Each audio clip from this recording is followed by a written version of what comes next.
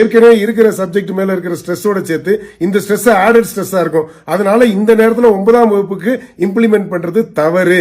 இதை தான் அண்ணாமலை ஐயா அவர்களும் சொல்லியிருக்காங்க.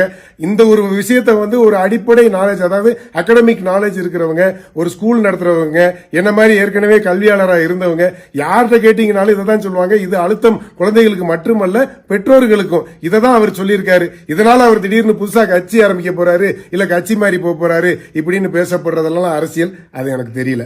2020 மத்திய அரசு வந்து NEP நேஷனல் எஜுகேஷன் பாலிசியை ரோல் அவுட் பண்ணாங்க. அதன் அடிப்படையில் தான் வந்தது அந்த மும்மொழி கொள்கை. இந்த மும்மொழி கொள்கையை வந்து எல்லா பாலிசியும் ஒரு ஃபேஸ்ட் அவுட் மெத்தட்ல இம்ப்ளிமெண்ட் பண்றதுக்கு உத்தரவிட்டு இருந்தாங்க. அந்த அடிப்படையில் இப்ப 2026 ஏப்ரல் மாசம் CBSE போர்டு வந்து 6ஆம் வகுப்புக்கு வந்து இந்த மும்மொழி கொள்கையில 3வது மொழியை வந்து கட்டாயமா வந்து 2026-27 அகடமிக் இயர்ல இன்க்ளூட் பண்ணணும் அப்படின்னு சொல்லிட்டு ஒரு ஆர்டர்ஸ் பாஸ் அவுட் பண்ணிருக்காங்க. அது ஓகே. 3வது மொழியை வந்து 6ஆம் கிளாஸ்ல இருந்து அடிப்படையில இருந்து பழகிறதுக்கு போதுமான நேரம் கொடுத்து அதை கொண்டு போறதுக்கு கரெக்டான வழி. முதல்ல அடிப்படையில் புரிஞ்சுக்க வேண்டிய விஷயம் என்னன்னு கேட்டாக்க, இதுல எந்த இந்தி திணிப்பெல்லாம் ஒண்ணுமே கிடையாது. 3 மொழிகள்ல வந்து 2 மொழி இந்திய மொழிகளா இருக்கணும், ஒரு மொழி அந்நிய மொழியா இருக்கலாம். அந்த அடிப்படையில் 3வது மொழியை 6ஆம் வகுப்புல இருந்து கற்றுக்க ஆரம்பிக்கிறாங்க. அதுல அடிப்படையில் ஆனா ஆவணால இருந்து கத்துக்க ஆரம்பிக்கிறாங்கன்னு வைங்களேன்.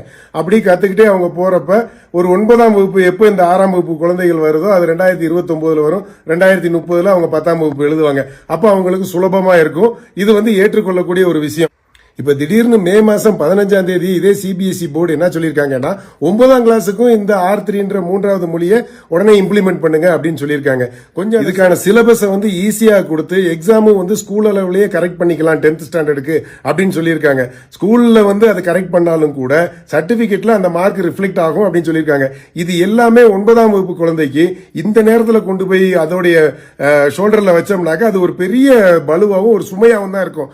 ஏற்கனவே இருக்கிற சப்ஜெக்ட் மேல இருக்கிற ஸ்ட்ரெஸ்ஸோட சேர்த்து இந்த ஸ்ட்ரெஸ் ஆடட் ஸ்ட்ரெஸ்ஸா இருக்கும். அதனால இந்த நேரத்தில் 9ஆம் வகுப்புக்கு இம்ப்ளிமெண்ட் பண்றது தவறு. இதை தான் அண்ணாமலை ஐயா அவர்களும் சொல்லியிருக்காங்க.